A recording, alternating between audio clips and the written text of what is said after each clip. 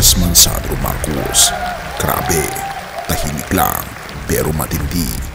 Gumalaw na, pati ako namang hamakaibigan dahil ang pangarap ni Senator Marcoleta sa taong bayan, inihakbang na ni Congressman Sandro Marcos. Kumusta po ang presyo ng kuryente dito sa Quezon City?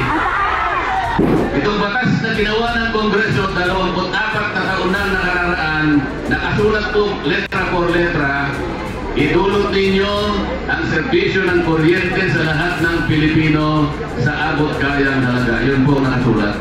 Sa lilim na nagbabadyang ulan, may isang matandang babae na nakatayo sa harap ng kanyang barong-barong sa San Jose del Monte. Hawak ang lumang electric bill na tila isang sentensyang hindi niya alam kung kailan matatapos. Sa bawat patak ng ulan, sumasabay ang patak ng kanyang luha. Wala siyang kuryente, pero hindi iyon ang tunay na dahilan ng kanyang pag-iyak. Ito'y luha ng paghihintay sa pag-asang matagal nang ipinangakong darating. Ang matandang babaeng ito ay sumisimbolo sa taong bayan. Hindi man totoo ang pangyayaring ito, mapapansin natin na sa mga kababayan natin na hirap sa buhay ay ang kuryente ang isa sa pinaka-problema nila.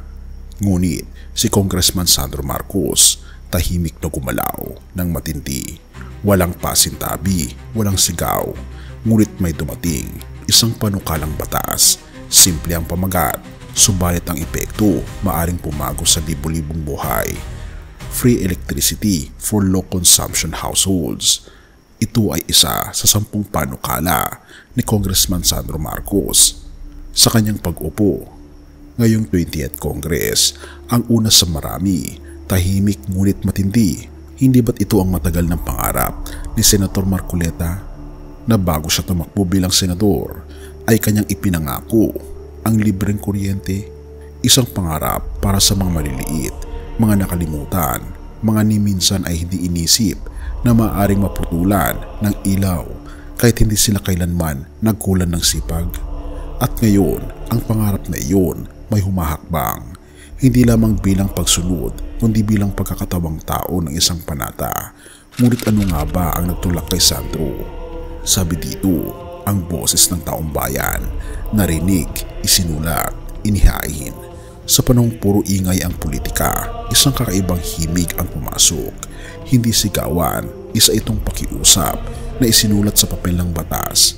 Ayon kay Congressman Sandro Marcos, the first 10 of many filed with purpose, guided by service and inspired by the voices of our constituents.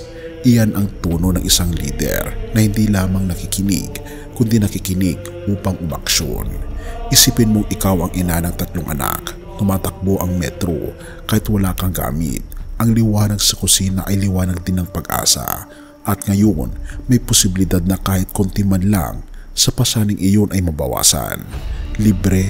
Oo, libre. Hindi dahil sa awa, kundi dahil sa karapatang matagal ng nakaligtaan. Pero sapat ba ito?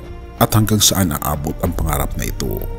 Ang batas ay hindi lang letra sa papel, ito'y paninindigan.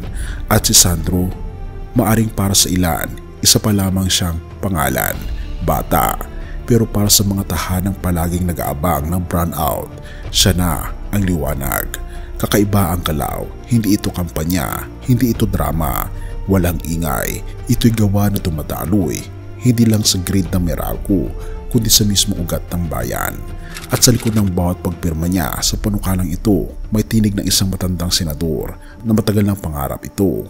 Kay Senator Marcoleta, hindi ba't minsan mo na rin narinig ang kanyang adhikaing mabigyan ng kuryente ang lahat? At ito ay libre? At hindi ba't minsan mo na rin sinabing sana totoo?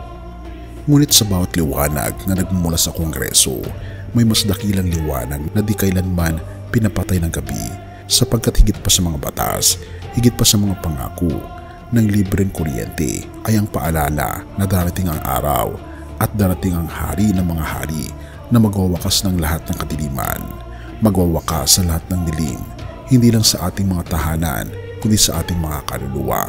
Pahayag 22 verse 5, wala nang gabi roon, hindi na sila mangangailangan ng ilaw, ng lampara o ng liwanag ng araw, sapagkat ang Panginoong Diyos ang magliliwanag sa kanila at sila'y maghahari magpakailanman. Mga kaibigan, totoo ang sinasabi ng banal na kasulatan. Sa langit na bayan, ito ang ating dakilang pag-asa. Ang hari ng mga hari na walang iba kundi ang ating Panginoon Hesus ay nagliliwanag na sa ating puso. Ngunit literal, mga kaibigan, sa kanyang pangako sa John 14 verse 1-3 na sa ating pagtungo sa langit na bayan ay mararamdaman natin at makikita natin ang tunay na kaginhawaan.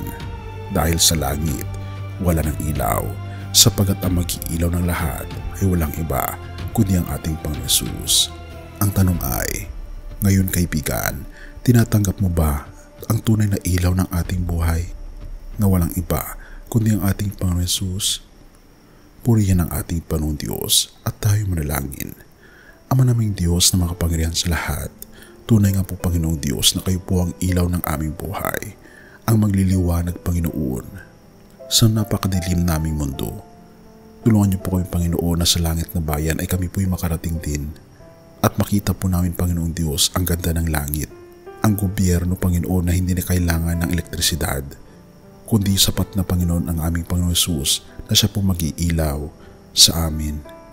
Itungo po ang aming mga paa patungo sa langit na bayan at tinatanggap po namin ang aming Panginoon Jesucristo mula ngayon at magpakilanman. Salamat po sa pagdinig ng aming mga panalangin at patnubayan niyo po kami at patawarin po kami sa lahat ng aming mga pagkukulang at pagkakasala, sapagat ito po ang aming samot hiling sa matamis na pangalan ng aming Panginoon Hesus. Amen.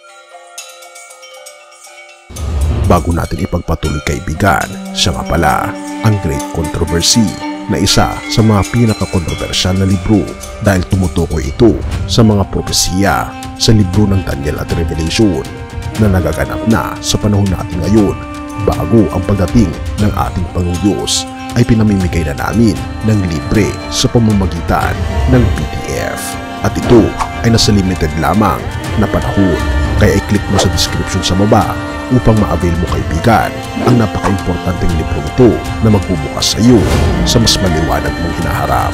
Purihin ang ating Panginoong Diyos at tayo magpatuloy.